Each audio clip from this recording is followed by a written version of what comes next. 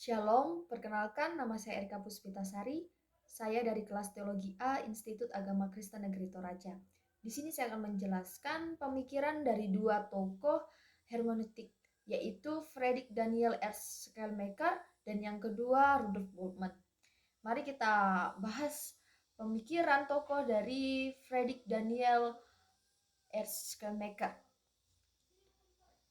Ia adalah seorang teolog, filsuf, dan pendeta Protestan Jerman yang sangat berpengaruh dalam perkembangan teologi Kristen abad ke-19. Ia lahir tanggal 21 November 1768. Ia disebut dengan Bapak Hermeneutika Modern. Pemikiran Schleiermacher ini dengan seni memahaminya itu membantu kita atau memberikan kita cara pandang baru tentang memahami sebuah teks. Hermeneutika Schleiermacher itu awalnya bertolak dari sebuah kesalahpahaman, karena menurut Schleiermacher melalui kesalahpahaman itu akan menimbulkan sebuah prasangka. Kemudian berangkat dari sebuah prasangka itu kita akan berupaya, kita akan berusaha untuk menelusuri dan mencoba memahami agar kita dapat memahami betul makna dari teks yang akan kita tafsir tersebut. Bagi Schleiermacher, hermeneutika itu adalah sebuah seni memahami.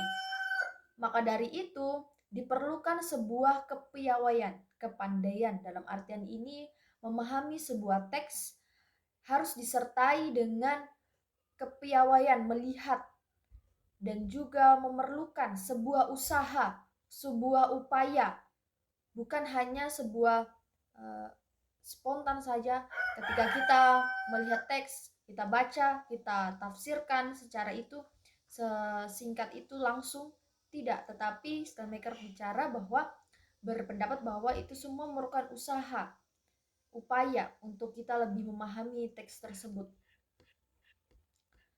Hermeneutik Schleiermacher itu bersifat filosofis. Artinya, ia adalah sebuah seni berpikir dan yang dicari dari pemikiran tersebut adalah pemikiran di belakang sebuah ungkapan. Menurut Schleiermacher, untuk memahami sebuah maksud dari penulis di dalam sebuah teks, kita harus bisa mengatasi kesenjangan yang ada. Kesenjangan itu menurut Schleiermacher ada dua, yaitu kesenjangan bahasa dan kemudian adalah kesenjangan pikiran. Yang pertama, kesenjangan bahasa. Kenapa ada kesenjangan bahasa? Karena kita tahu sendiri bahwa bahasa sangat penting bagi kehidupan manusia. Bahasa digunakan untuk kita mengkomunikasikan apa yang kita rasakan. Tanpa adanya bahasa, sangat kecil kemungkinan kita bisa bertukar pikiran satu dengan yang lain. Kesenjangan bahasa ini maksudnya adalah di zaman dahulu, bahasa yang digunakan penulis itu seperti ini, sesuai dengan konteks dan budaya penulis saat itu. Tetapi seiring berjalannya waktu, tiba di zaman modern saat kita ini, itu semua mengalami perubahan. Untuk itu, kita harus bisa mengatasi kesenjangan bahasa ini. Kita harus mampu dan kita harus memahami apa yang ingin diungkapkan penulis tersebut dalam konteks bahasa dengan segala kemungkinan-kemungkinannya. Dan yang kedua, kesenjangan pikiran. Kesenjangan pikiran ini adalah menuntut kita untuk memahami apa yang dikatakan sebagai sebuah kebenaran di pemikiran penutur. Selain daripada itu, menurut Schleiermacher juga kita harus memperhatikan unsur gramatis dalam sebuah teks. Unsur gramatis itu apa? Unsur gramatis itu adalah struktur kalimat, teks-teks, dan hubungan antar teks dengan karya-karya lain yang sejenis. Untuk kemudian ini semua menjadi acuan bagi kita untuk masuk ke dalam dunia mental penulis atau psikologis penulis. Tetapi perlu diperhatikan yang kita jadikan acuan di sini bukan emosi dari penulis, melainkan kita mencoba memahami pemikiran penulis itu sendiri melalui kata-kata yang ditulisnya. kita juga harus bisa menempatkan diri kita sebagai pembaca penafsir seolah-olah kita mengalami kembali pengalaman yang dialami penulis saat ia menulis teks-teks tersebut.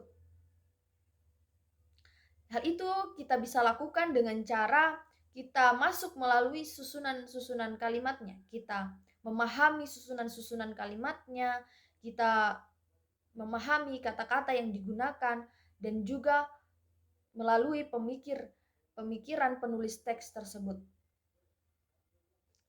Kita dapat memahami pribadi seorang penulis itu melalui teks yang ditulisnya.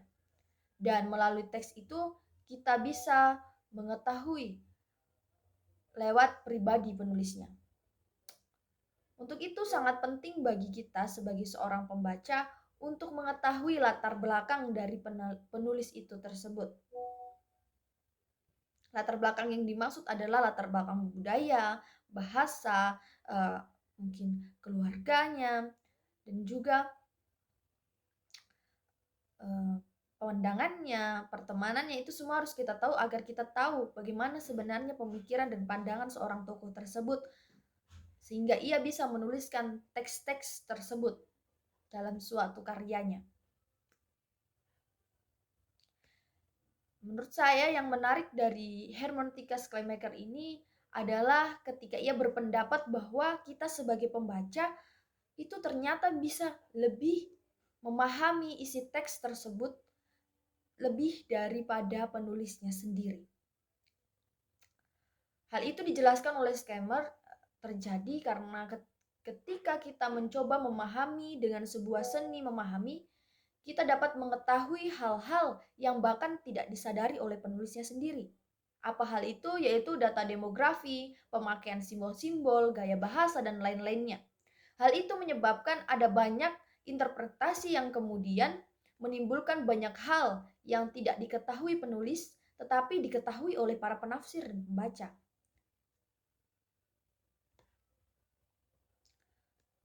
Schleiermacher juga menyarankan interpretasi yang bisa kita gunakan untuk memahami teks lebih daripada penulisnya.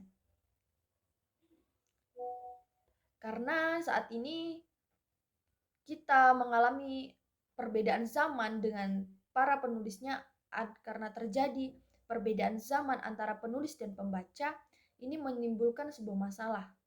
Karena seperti yang saya jelaskan tadi, tidak sedikit kata dari sebuah teks itu yang berubah, tidak sesuai dengan zaman pembacanya. Hal itu dikarenakan di zaman dahulu teks ini sesuai dengan budayanya, namun seiring berjalannya waktu itu berubah makna, berubah kata, arti.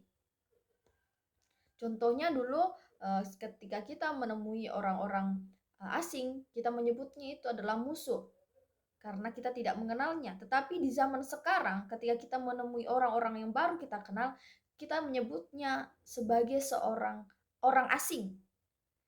Dari musuh berubah menjadi orang asing.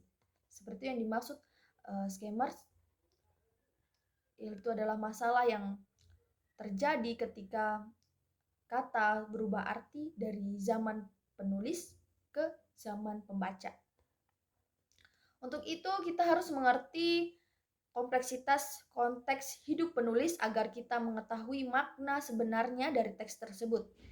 Kita harus menangkap keutuhan makna teks, mengidentifikasi teks, menemukan tatanan cara berpikir penulis melalui rekonstruksi genesis karya itu. Pemikiran hermeneutika Schleiermacher ini telah memberikan kontribusi yang penting dalam perkembangan ilmu hermeneutika modern. Karena ia berpendapat bahwa tugas hermeneutika adalah memahami teks atau pesan yang dikomunikasikan oleh penulis kepada pembaca atau pendengar dengan cara yang paling akurat.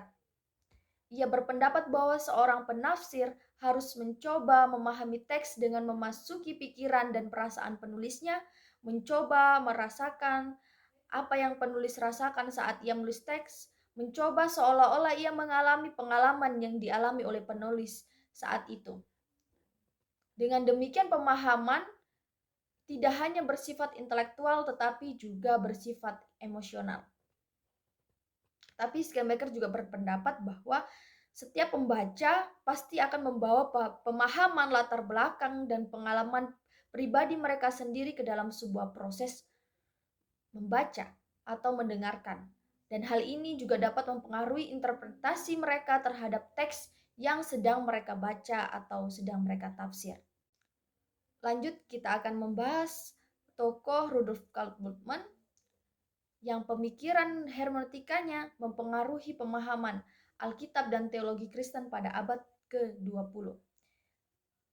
Rudolf Karl Bultmann ini lahir di Oldenburg 20 Agustus 1884. Pemikiran Bultmann mengenai hermeneutika modern disebut dengan demitologisasi. Konsep Bultmann tentang demitologisasi menimbulkan banyak kontroversi di kalangan Kristiani. Banyak kalangan Kristiani yang menolak, tapi tidak sedikit juga kalangan Kristiani yang kemudian mengapresiasi Bultmann karena telah berhasil membuat Injil dapat dipahami oleh orang modern. Menurut Bultmann, untuk kita bisa memahami sebuah teks, kita tidak bisa menggunakan metode historis atau sejarah di mana kita hanya berdiri dalam sejarah tetapi kita tidak melibatkan diri dalam sejarah itu. Menurut Bultmann, kita harus mengalami perjumpaan eksistensial dengan teks, yang artinya kita harus turut terlibat dalam sejarah tersebut sehingga penafsir memiliki hubungan eksistensial agar makna teks itu tidak sementara, melainkan menyingkapkan diri lagi di setiap masa depan. Demitologisasi itu sendiri adalah sebuah metode hermeneutika yang berusaha memahami makna yang lebih dalam terhadap konsepsi-konsepsi mitologis.